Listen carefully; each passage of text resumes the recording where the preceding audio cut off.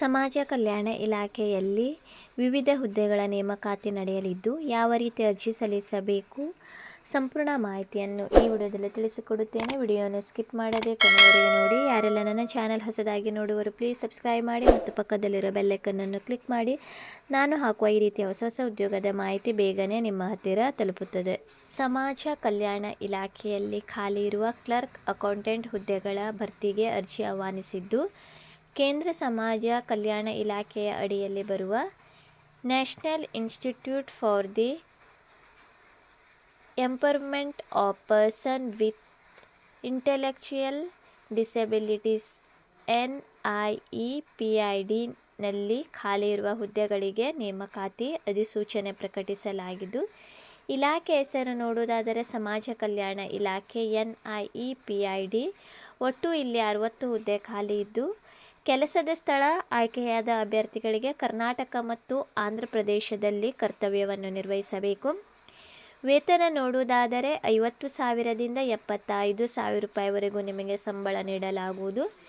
ಶೈಕ್ಷಣಿಕ ಅರ್ಹತೆ ಪ್ರತಿಯೊಂದು ಹುದ್ದೆಗೆ ಪ್ರತ್ಯೇಕವಾಗಿ ಶೈಕ್ಷಣಿಕ ಅರ್ಹತೆಯನ್ನು ನಿಗದಿಪಡಿಸಲಾಗಿದ್ದು, 10ನೇ PUC ಪದವಿ, ಸ್ನಾತಕೋತ್ತರ ಪದವಿ, ITI, diploma, BE nursing, pharmacy ಮುಂತಾದ ಅರ್ಹತೆ ಇದ್ದವರಿಗೆ ಇಲ್ಲಿ ಉದ್ಯೋಗಾವಕಾಶ ಇರುತ್ತದೆ.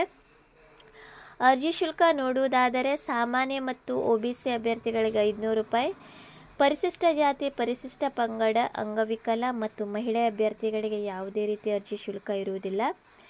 ವಯೋಮಿತಿ ಕೊನೆಯ ದಿನಾಂಕದ ವೇಳೆಗೆ ಗರಿಷ್ಠ 56 ವರ್ಷದ ಒಳಗಿನವರೆಲ್ಲರೂ ಕೂಡ ಈ ಒಂದು ಹುದ್ದೆಗೆ ಅರ್ಜಿಯನ್ನು ಸಲ್ಲಿಸಬಹುದು.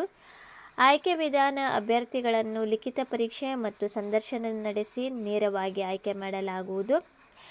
ಅರ್ಜಿ ಸಲ್ಲಿಸಲು ಜೂನ್ 6ರಿಂದ ಕೊನೆಯ ದಿನಾಂಕ ಜುಲೈ 19, 2024 ಒಳಗೆ ನೀವು ಅರ್ಜಿಯನ್ನು ಸಲ್ಲಿಸಬೇಕು.